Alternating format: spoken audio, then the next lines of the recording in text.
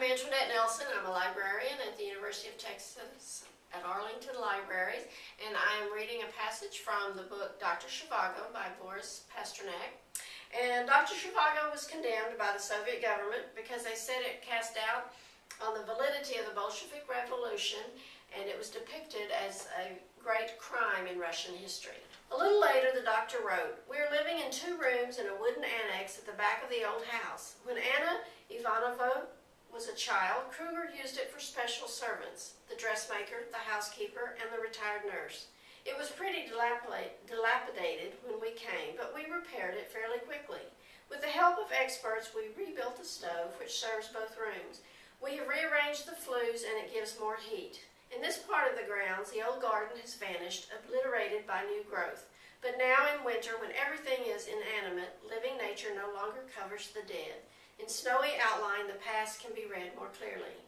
We have been very lucky. The autumn was dry and warm. It gave us time to dig up the potatoes before the rains and the cold weather. Not counting those we gave back to Mikulitsin, we had 20 sacks. We put them in the biggest bin in the cellar and covered them with the old blankets and hay. We also put down 2 barrels of salted cucumbers and 2 of sauerkraut prepared by Tanya. Fresh cabbages hang in pairs from the beams. There are carrots buried in dry sand and radishes and beets and turnips, and plenty of peas and beans are stored in the loft. There's enough firewood in the shed to last us till spring. I love the warm, dry winter breath of the cellar, the smell of earth, roots, and snow that hits you the moment you raise the trap door as you go down in the early hours before the winter dawn, a weak, flickering light in your hand. You come out, it is still dark.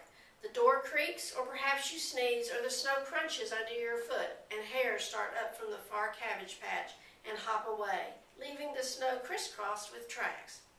In the distance, dogs begin to bark, and it is a long time before they quiet down. The cocks have finished their crowing and have nothing left to say. Then dawn breaks. Besides the tracks of hares, the endless snowy plain is patterned by those of lynx, stretching across it neatly like strings of beads.